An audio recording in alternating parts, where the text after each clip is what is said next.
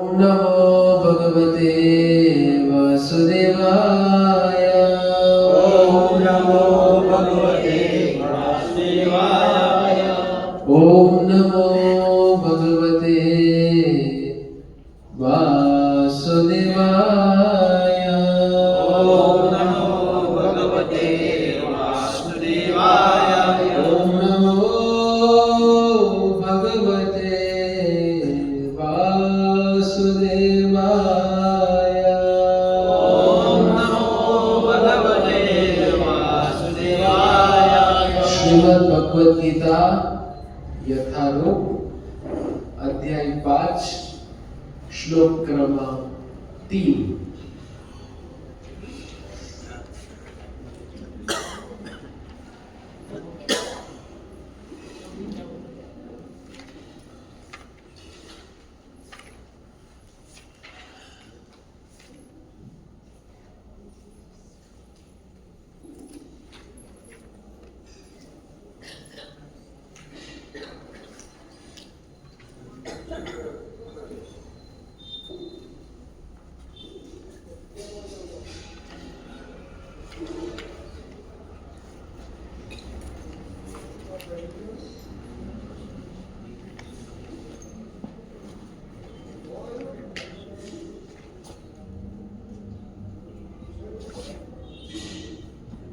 श्लोक क्रमांक चतुर्थ है ना हमारा।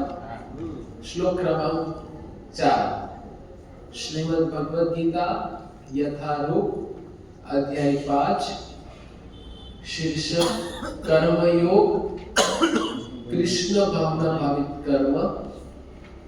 श्लोक क्रमांक 4 शब्द पाठ।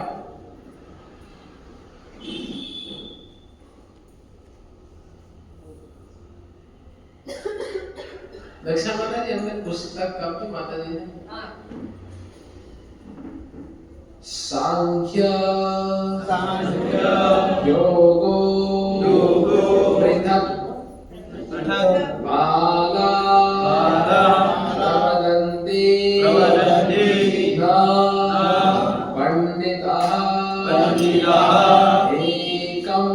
एकम् अपि आस्तिकः सम्यक् उभयो विन्दते फलम्।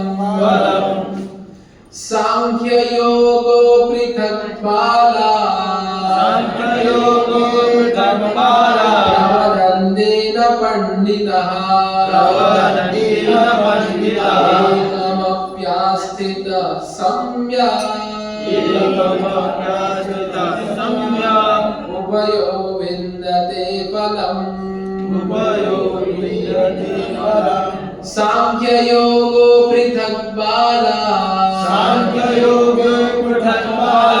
प्रवदन्ति न पंडितः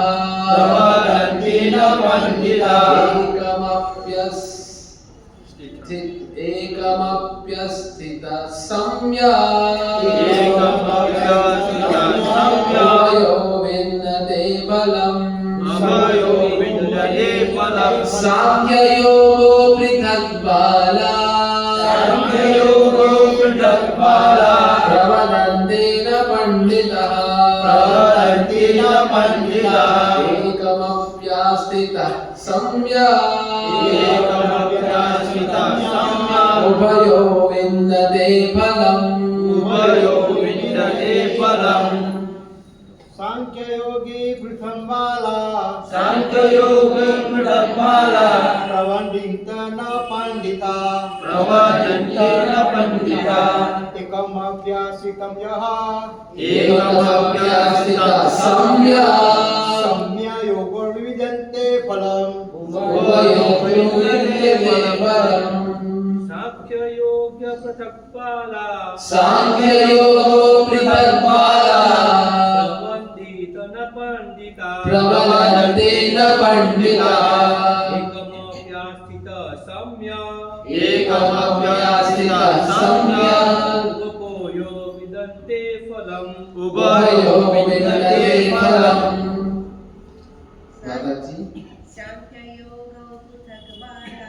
सांख्य योगो पृथक्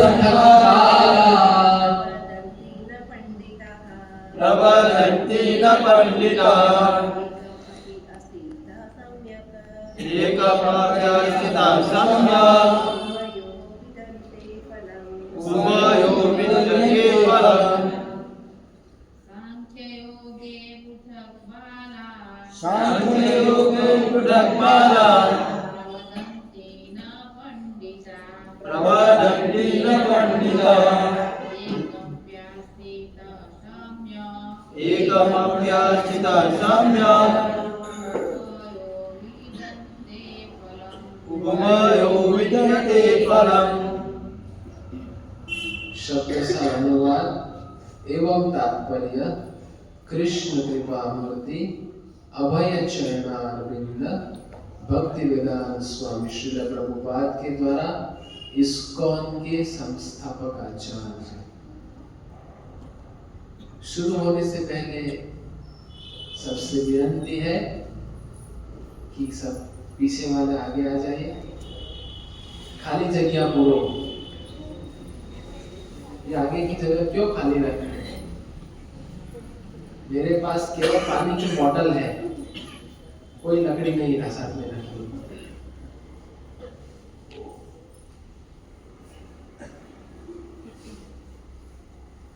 सांख्य भौतिक जगत का विश्लेषणात्मक अध्ययन। योगो भक्ति पूर्ण कर्म कर्मयोग।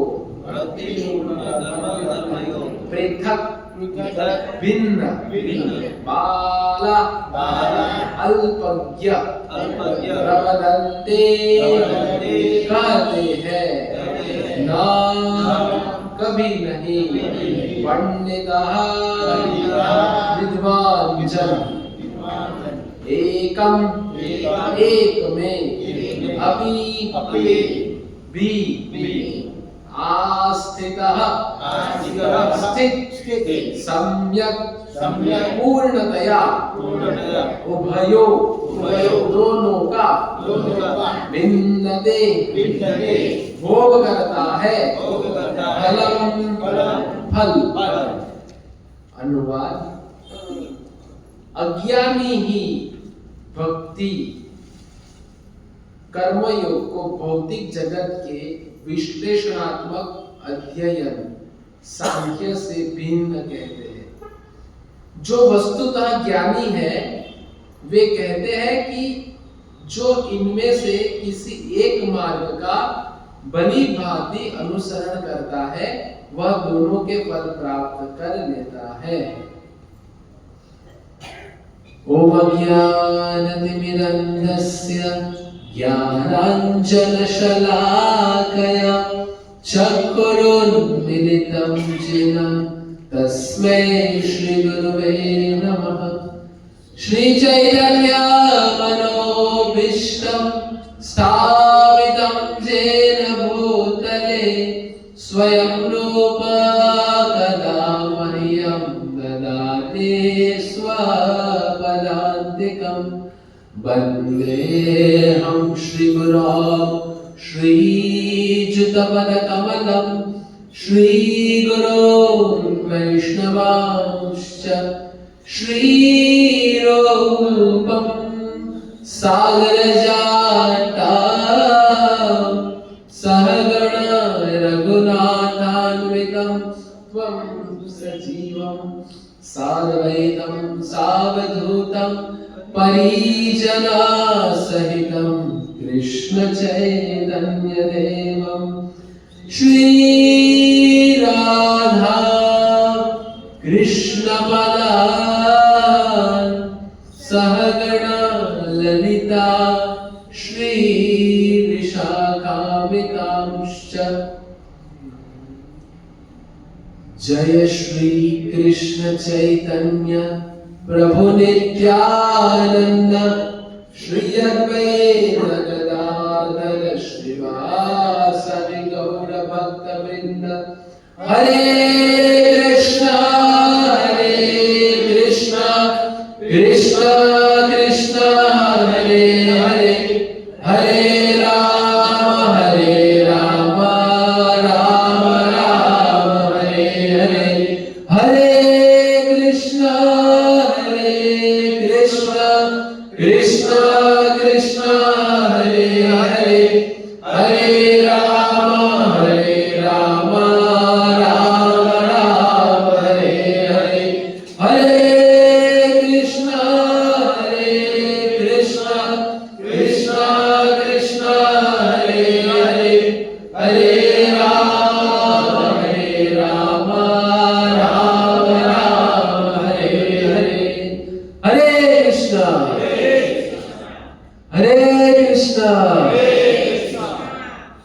तो आप सभी का स्वागत है हमारे प्रति गुरुवार के श्रीमद् भगवद गीता यथारूप के इस सत्र में, जिधर हम चर्चा प्रारंभ किए हैं पिछले कई वर्षों से अध्याय प्रथम, द्वितीय, तृतीय, चतुर्थ, और ये हम पंचम अध्याय के ऊपर चर्चा कर रहे हैं।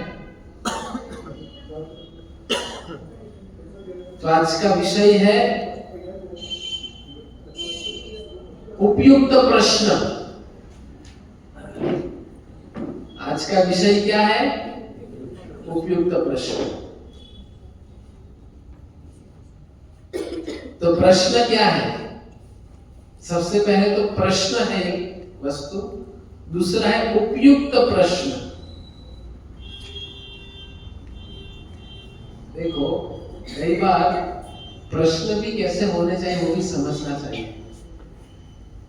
प्रश्न कैसे होने चाहिए? जो आध्यात्मिक जीवन को लेके होना चाहिए। प्रश्न क्या होने चाहिए कि हम जो शरीर है और मैं जो ये मानव देह धारण कर रहा हूं, सब मानव देह में है ना, तो मानव देह धारण करते हुए मेरा ऐसा क्या कर्तव्य है कि जिनको पालन करते हुए मैं जीवन के अंत में ऐसी जगह प्राप्त करूं जिधर से पुनः मैं इस भौतिक संसार में ना आऊं। हम सबको ये प्रश्न होना चाहिए, पर हमारे प्रश्न आजकल इस तरीके से हो जाते हैं कि हम हमेशा शरीर के संबंध में चर्चाएं करते रहते हैं कि रोटी कपड़ा मकान का क्या होगा। तो बहुत सुंदर हम ये श्लोक का तात्पर्य पढ़ेंगे श्रील प्रभुपाद जी के द्वारा, कि ये जो श्लोक की हम चर्चा कर रहे हैं उसका तात्पर्य क्या है। भौतिक जगत के विश्लेषणात्मक अध्ययन अर्थात सांख्य का उद्देश्य आत्मा को प्राप्त करना है। भौतिक जगत की आत्मा विष्णु या परमात्मा है। भगवान की भक्ति का अर्थ परमात्मा की सेवा है। एक विधि से वृक्ष की जड़ खोजी जाती है और दूसरी विधि से उसको सींचा जाता है। सांख्य दर्शन का वास्तविक छात्र जगत के मूल अर्थात विष्णु को ढूंढता है और फिर पूर्ण ज्ञान समेत अपने को भगवान की सेवा में लगा देता है। अतः मूलतः इन दोनों में कोई भेद नहीं है, क्योंकि दोनों का उद्देश्य विष्णु की प्राप्ति है। जो लोग परम उद्देश्य को नहीं जानते हैं वे ही कहते हैं कि सांख्य और कर्मयोग एक नहीं है, किंतु जो विद्वान है वह जानता है कि इन दोनों भिन्न विधियों का उद्देश्य एक है। तो आज तक हम जो सीखते आए, प्रथम अध्याय में अर्जुन भगवान के समक्ष दलील प्रस्तुत करते हैं कि 5 कारणों की वजह से मैं युद्ध नहीं करूंगा। प्रथम अध्याय में भगवद गीता का प्रथम अध्याय क्या है? अर्जुन भगवान से कहते हैं कि मैं युद्ध लड़ना नहीं चाहता, क्योंकि दोनों सैन्य आमने सामने खड़े हैं। अर्जुन कह रहे मैं युद्ध नहीं लड़ूंगा। फिर द्वितीय अध्याय में भगवान अर्जुन को समझाने का प्रयत्न करते हैं कि युद्ध क्यों करना है। तो वो समझाते हुए भगवान अर्जुन को आत्म साक्षात्कार का विज्ञान बताते हैं कि शरीर क्या है, आत्मा क्या है। जैसे एक व्यक्ति एक वस्त्र को छोड़ के दूसरे नए वस्त्र धारण करते हैं, उसी तरह आत्मा इस शरीर में स्थित है, वो ये शरीर को छोड़ के दूसरा शरीर धारण करता है। तो इसमें शोक किस बात का? तो भगवान अर्जुन से कह रहे उत्तिष्ठ उत्तिष्ठ परंतप, हे अर्जुन उठो और युद्ध करो। क्यों युद्ध करो? क्योंकि आप अगर ऐसा समझ रहे होंगे कि भीष्म है, द्रोण है, मेरे सगे संबंधी है, मैं इनको नहीं मांगूंगा तो ये बच जाएंगे, ऐसा है? भगवान अर्जुन से कहते हैं कि जिस व्यक्ति ने जन्म लिया है उसकी मृत्यु आज नहीं तो कल कभी ना कभी निश्चित है। तो अगर आप इनको नहीं मारोगे तो भी वो समय के साथ साथ ये शरीर छोड़ने ही वाले हैं। पर भगवान क्या कह रहे हैं अर्जुन से कि निमित्त मात्रेण भव सव्यसाची। हे अर्जुन, ये जो अधर्म की ओर से है उनके समक्ष युद्ध करके आप धर्म की स्थापना करो। ये धर्म की स्थापना तो मैं भी कर सकता हूं, भगवान कहे, पर मैं ये पूरा जो श्रेय है मैं ये आपको देना चाहता हूं, अर्जुन को भगवान कह रहे हैं। फिर भगवान तृतीय अध्याय होता है, उसमें अर्जुन को बताते हैं पुनः कर्म योग के बारे में। फिर चतुर्थ अध्याय में भगवान दिव्य ज्ञान प्रदान करते हैं अर्जुन को कि ज्ञान क्या है।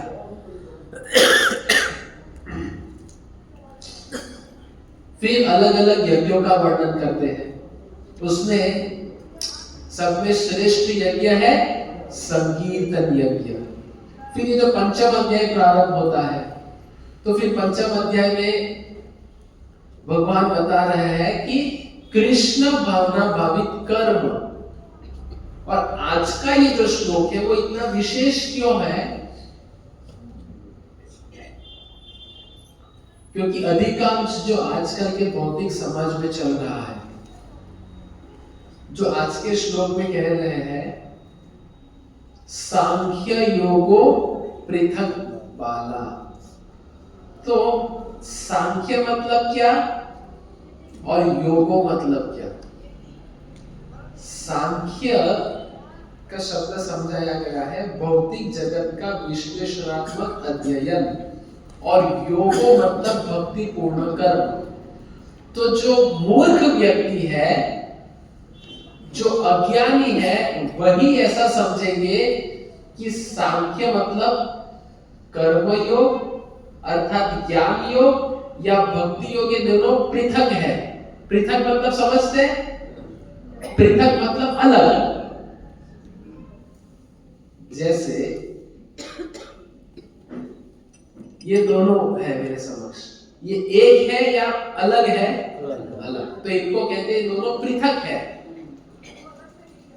अगर मैं ये प्रश्न करूं, ये समान है या पृथक है? समान है। तो उसी तरह कृष्ण भावना भावित कर्म और भक्ति योग आज के श्लोक में कह रहे हैं कि जो विद्वान व्यक्ति है वो समझ जाते हैं कि दोनों समान है। क्यों समान है? क्योंकि ये दोनों का उद्देश्य है भगवान की प्राप्ति करना। हम इधर ये शब्द का प्रयोग नहीं कर रहे कि मुक्ति प्राप्त करना। मुक्ति प्राप्त करना इसका अर्थ अलग होता है, और भगवान को प्राप्त करना इसका अर्थ अलग होता है। कई बार लोग ऐसा समझते हैं कि बस अब तो जीवन से मैं परेशान हो गया, हताश हो गया, कंटाल गया, अब तो मुझे मुक्ति चाहिए। तो भक्त का उद्देश्य मुक्ति प्राप्त करना नहीं है। भक्त का उद्देश्य है भगवान की प्रेममयी भक्ति प्राप्त करना है, जो आज के श्लोक में बहुत सुंदर तरीके से श्रील प्रभुपाद जी तात्पर्य में कह रहे हैं। तो अभी कर्म योग और भक्ति योग एक कैसे हुआ? प्रश्न होना चाहिए। ये होना चाहिए कि नहीं होना चाहिए? जानवी, जो मैंने कहा, जो ये श्लोक में कह रहे हैं कि सांख्य योगो पृथक बाला प्रवदन्ति न पंडिता।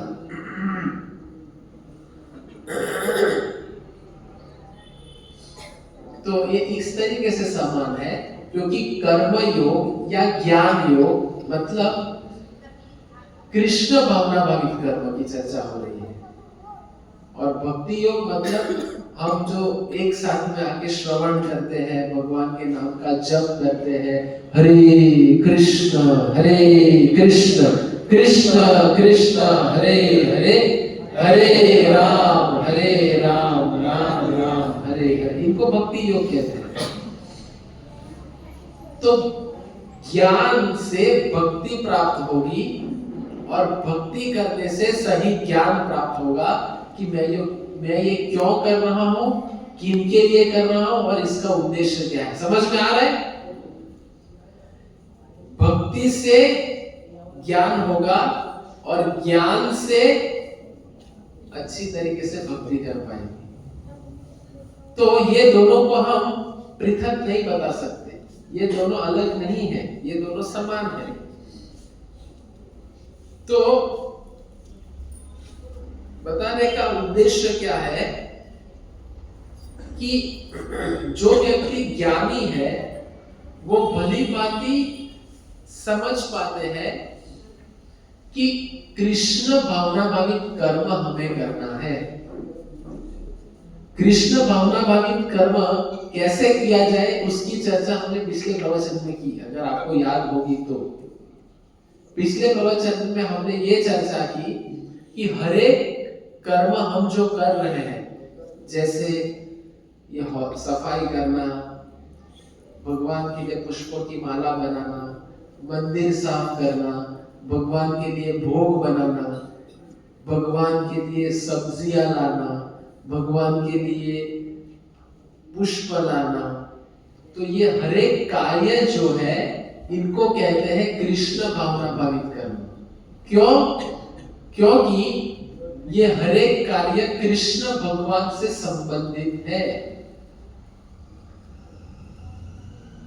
आत्मेंद्रिय प्रीतिवांछा तारे बले काम, कृष्णेंद्रिय प्रीतिवांछा धरे प्रेम नाम।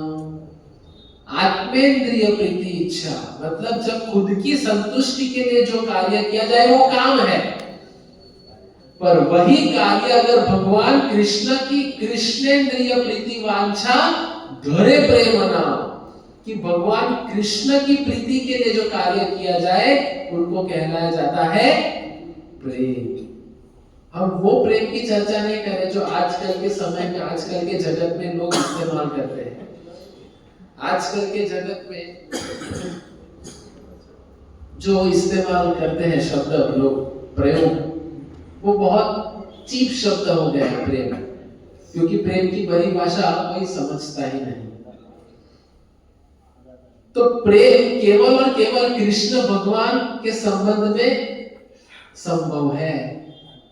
इस जगत में हम जो एक दूसरे के प्रति जो कह रहे हैं वो प्रेम नहीं है, वो है काम। क्योंकि उसमें डीलिंग्स आती है ना, आप मेरे लिए ये करो, मैं आपके लिए ये करूंगा, आप मेरे लिए ये करो, आपके लिए मैं वो करूंगा, तो इसको कहा जाता है काम। तो सत्संग में हम जो इतने समय से आ रहे हैं या अभी अभी आए हैं, आज आए हैं, तो सत्संग में आने का उद्देश्य क्या है हमारा? बहुत सुंदर प्रार्थना में कहते हैं, आचार्य भजन में कहते हैं, भजहु रे मन श्री नंद नंदन अभय चरणर बिंद रे। मन को कह रहे हैं क्या? भजहु रे मन श्री नंद नंदन अभय चरणर बिंद रे। और आगे क्या कह रहे हैं? दुर्लभ मानव जन्म सत्संगे तरहुए भव सिंधु रे। ये दुर्लभ मनुष्य जन्म मिला है सत्संग के लिए। तो हम जो सत्संग के लिए मनुष्य जन्म मिला है, तो हमें अपने आप को प्रश्न करना चाहिए। उपयुक्त प्रश्न है ये। क्या उपयुक्त प्रश्न है? ये दुर्लभ मनुष्य जन्म जो मुझे प्राप्त हुआ है, क्या मैं ये मनुष्य जीवन का उद्देश्य सार्थक कर रहा हूं? और अगर मेरा प्रश्न आपसे है, क्या आप अपने ये मनुष्य जीवन को सार्थक कर रहे हो? हाँ या ना? कितने लोग कह रहे हैं ना? कोशिश कर रहे हैं, प्रयत्न कर रहे हैं, ठीक है। कितने लोग कह रहे हैं हाँ?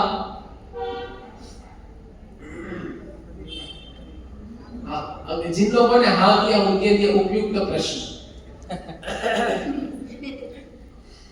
तो आप अगर कह रहे हैं कि हम हमारे मनुष्य जीवन का उद्देश्य सार्थक कर रहे हैं, तो आप ये उद्देश्य को सार्थक करने के लिए क्या कर रहे हो बताइए। ये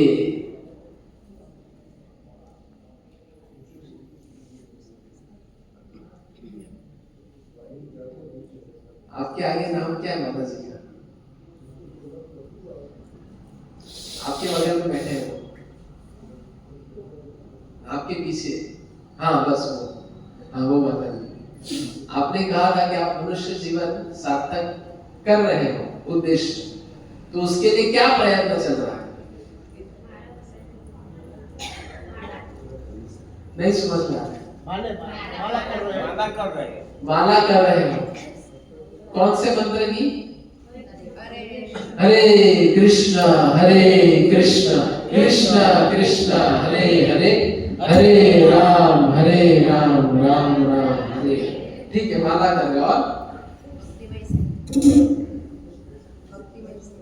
ठीक है, तो हाँ, मनुष्य जीवन का उद्देश्य सार्थक करना मतलब भगवान को समझना और भगवान के साथ मेरा संबंध क्या है वो समझना, और ये संबंध को टिकाए रखने के लिए हम क्या कर रहे हैं, तो उसके लिए शास्त्र अध्ययन करना, उसके लिए भगवान के नाम का जप करना और भगवान के बारे में श्रवण करना। क्योंकि इस दुनिया में कोई भी शुरुआत होती है ज्ञान की, वो श्रवण से होती है। जब एक नन्हा सा शिशु जन्म लेता है तो वो कोई पाठशाला में बचपन से नहीं जाता, वो पहले माँ से सुन सुन के सब सीखता है ना, है कि नहीं? उसी तरह भक्ति में हम सब लोग नवजात शिशु के जैसे हैं। हमें भगवान के बारे में श्रवण करना पड़ेगा, जैसे कि रुक्मिणी माता ने किया।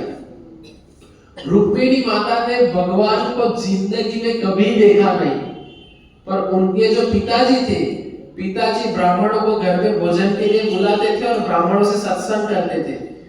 तो सत्संग में रुक्मिणी माता भगवान कृष्ण के बारे में सुनते थे और सुन सुन के भगवान कृष्ण से प्रेम हो गया, और उन्होंने सुनिश्चित कर लिया कि अगर मैं विवाह करूंगी तो केवल और केवल कृष्ण भगवान से करूंगी। और फिर उन्होंने पहला और आखिरी प्रेम पत्र लिखा, पहला था और आखिरी भी था। अभी के हम प्रेम पत्र की चर्चा नहीं कर रहे, तो वो भगवान को लिखे हुए। तो श्रवण वैसा होना चाहिए कि भगवान के प्रति प्रीति उत्पन्न हो जाए। तो हम सब अपने आप को व्यक्तिगत रूप से पूछ सकते हैं कि मैं ऐसा श्रवण कर रहा हूं कि वो श्रवण से मेरा भगवान के प्रति अनुराग उत्पन्न हो रहा है। तो बहुत सुंदर आज के श्लोक में कहा है कि हम सबको भगवान की प्रेममय सेवा में जुड़ना है। तो सेवा करने से क्या होगा? हमारा शुद्धिकरण होगा, और शुद्धिकरण के साथ साथ जैसे शुद्धिकरण होता रहेगा कि भक्ति करते करते ये भक्ति में जो आवश्यक ज्ञान है वो हम अपने आप आत्मसात कर पाएंगे। कैसे? चक्षुदान दिलो जी जन्मे जन्मे प्रभु से, दिव्य ज्ञान हृदय प्रकाशिता, प्रेम भक्ति जहाँ है अविद्या विनाश जाते। कितना सुंदर कहा है, क्या कहा है? दिव्य ज्ञान हृदय प्रकाशिता। एक उदाहरण से मैं समझाऊंगा कैसे। एक भक्त थे,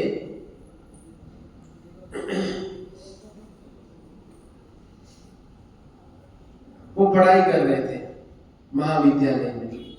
पढ़ाई करते करते, जैसे हम लोग ये दिसंबर महीने में पुस्तक वितरण करते हैं ना, सब जगह में जा जाके करते हैं पुस्तक वितरण। आप सब लोग को कौन लोग ऐसे हैं सत्संग में जो बाहर मार्केट से पुस्तक ली और पुस्तक लेके ये क्लास में आए हैं? आपने देखा है किसी को कि पुस्तक वितरण करते भक्त लोग? देखा है कि नहीं देखा? देखा। तो ऐसे पुस्तक वितरण चला था। पुस्तक वितरण करते करते पहले तो एक विद्यार्थी थे, तो उनके हाथ में पुस्तक आ गई। ये भगवत गीता, हम में से कितने लोगों ने पूरी भगवत गीता पढ़ी है?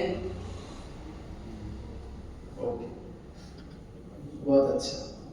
तो वो जो विद्यार्थी, कितने लोगों ने 2 बार पढ़ी है? कितने लोगों ने 3 बार पढ़ी है? कितने लोगों ने 4 बार पढ़ी है?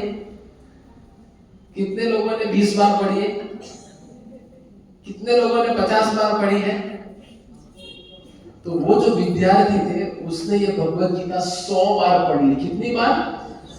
100 बार ये भगवत गीता पढ़ा। अभी मैं क्या बताना चाह रहा हूं वो सुनिए।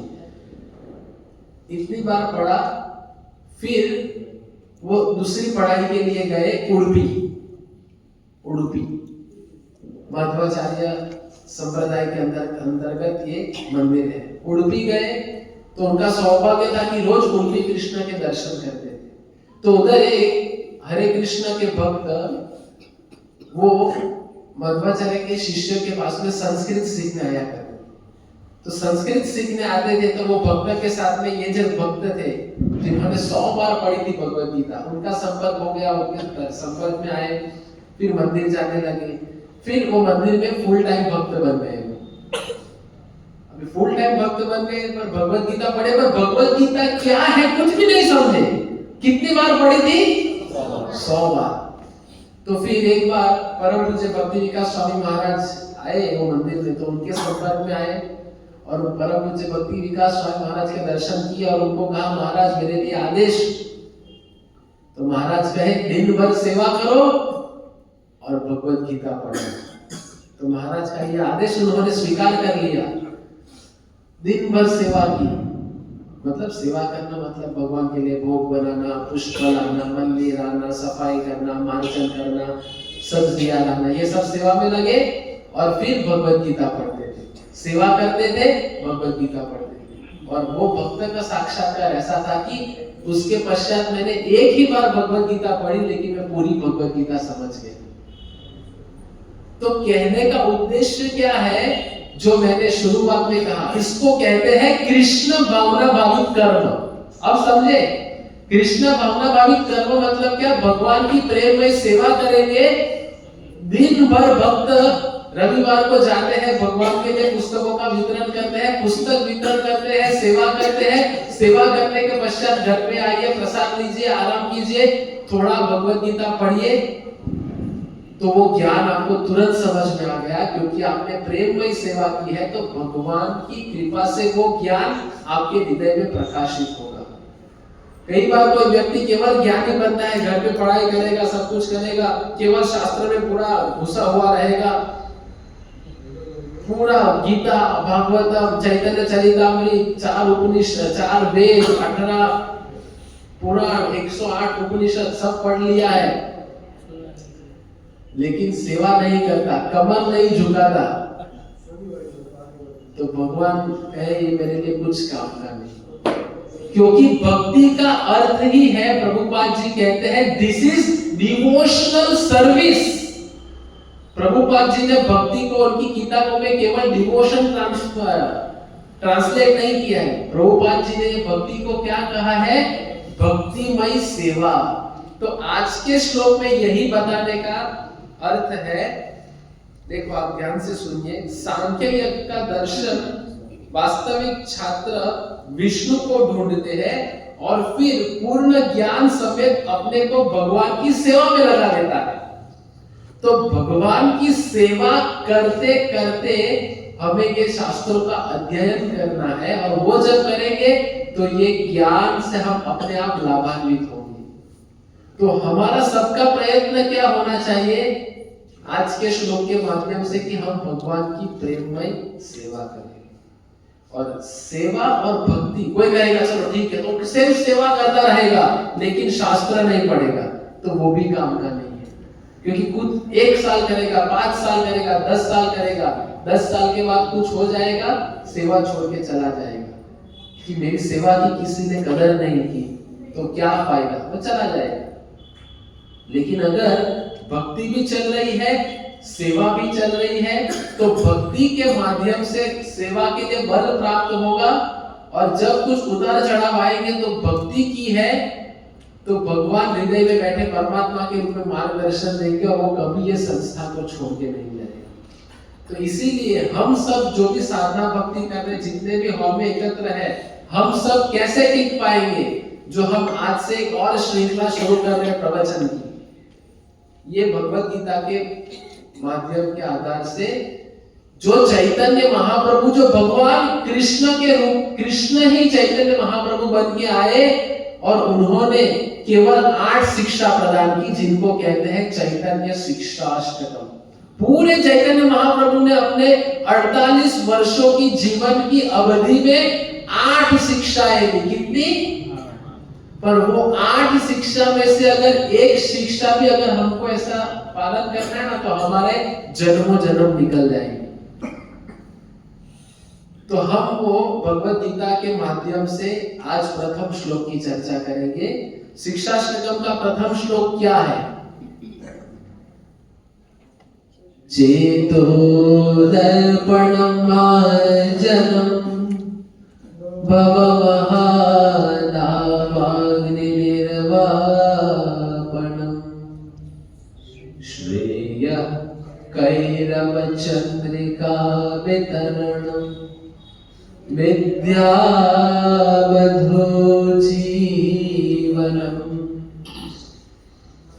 आनन्दाम्बुधिवर्धनं प्रतिपदं पूर्णामृतस्वादनम्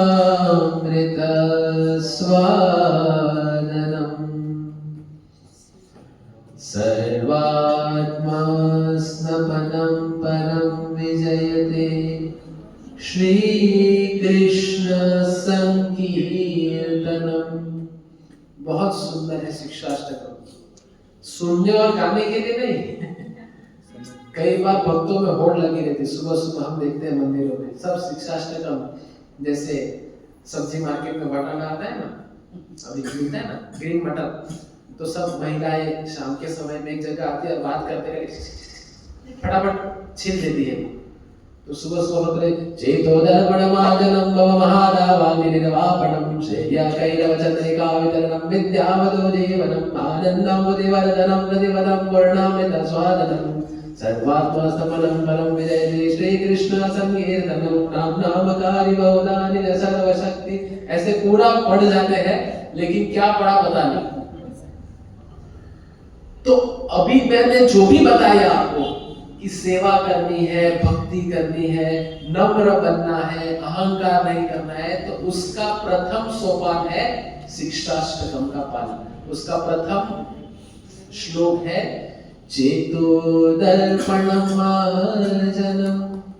हमारे चित्त का मार्जन करना है। चित्त का मार्जन कैसे करेंगे? भगवान के नाम जप द्वारा। तो भगवान हमारे हृदय में है, पर हम एहसास नहीं कर पा रहे। कर पा रहे? अगर हम एहसास करेंगे तो कभी गलत काम नहीं करेंगे, पर हम पग पग पे गलत कार्य करते हैं। चलो ठीक है। और क्या होता है? हम शास्त्र भी नहीं पढ़ पाते, हम भगवान के नाम का जप भी नहीं कर पाते। ये सब क्यों?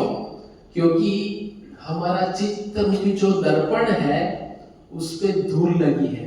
दर्पण समझते हैं? दर्पण क्या? दर्पण मतलब चाइना, आईना, शीशा। तो शीशा अगर स्वच्छ हो तो हम हमारा प्रतिबिंब अच्छे से देख सकते हैं, है ना? मानो शीशे पे दाग लगा है, धूल लगी, तो हम देख पाएंगे अपने आप को? नहीं देख पाएंगे। उसी तरह हमारे चित्त रूपी दर्पण में 84 लाख योनि से इतना कचरा भरा हुआ है कि हम वो जो चित्त इतना दूषित हो गया है, उससे हम भगवान का दर्शन नहीं कर पा रहे। तो अभी सबसे शुरुआत करनी है, तो कैसे करें कि हमारे चित्त रूपी चेतो दर्पण मार्जनम, उनका मार्जन करना है। तो मार्जन कैसे करेंगे? जैसे सफाई करनी है तो झाड़ू से करेंगे, पोछे से पोछा लगाएंगे। इधर कौन सा झाड़ू, कौन सा पोछा लगाएंगे? है कोई झाड़ू? हरि नाम का झाड़ू, कृष्ण कथा, कृष्ण श्रवण, कृष्ण कीर्तन, कृष्ण स्मरण, कृष्ण अध्ययन। तो ये सब के माध्यम से हमारा चित्त स्वच्छ होगा। लेकिन प्रश्न है, कई वर्षों से हम लगे हैं फिर भी कुछ नहीं हो रहा। क्यों? चेतो दर्पण मार्जनम भव महादावाग्नि निर्वापणम। हम सब लोग इस भौतिक संसार जो दावाग्नि के समान है उसमें आए हुए हैं। चेतो दर्पण मार्जनम भव महादावाग्नि निर्वापणम श्रेयः कैरव चंद्रिका वितरणम। दावाग्नि मतलब क्या होता है? दावाग्नि समझते हैं? जंगल में अपने आप आग लग जाती है, तो आग लगती है तो गर्मी होती है। वैसे ये संसार भी दावानल है। ये संसार में भी अचानक सब कुछ होता है, अचानक संबंध बिगड़ जाते हैं, अचानक हार्ट अटैक आ जाता है, अचानक ब्रेन ट्यूमर हो जाता है, सब कुछ अचानक होता है इस संसार में। तो ये दावाग्नि के समान है। लेकिन ये दावाग्नि भरे संसार में भी एक आशा की किरण है। भव महादावाग्नि निर्वापणम श्रेयः कैरव चंद्रिका वितरणम। चंद्र रूपी शीतलता हमें प्रदान हो रही है, लेकिन कैसे?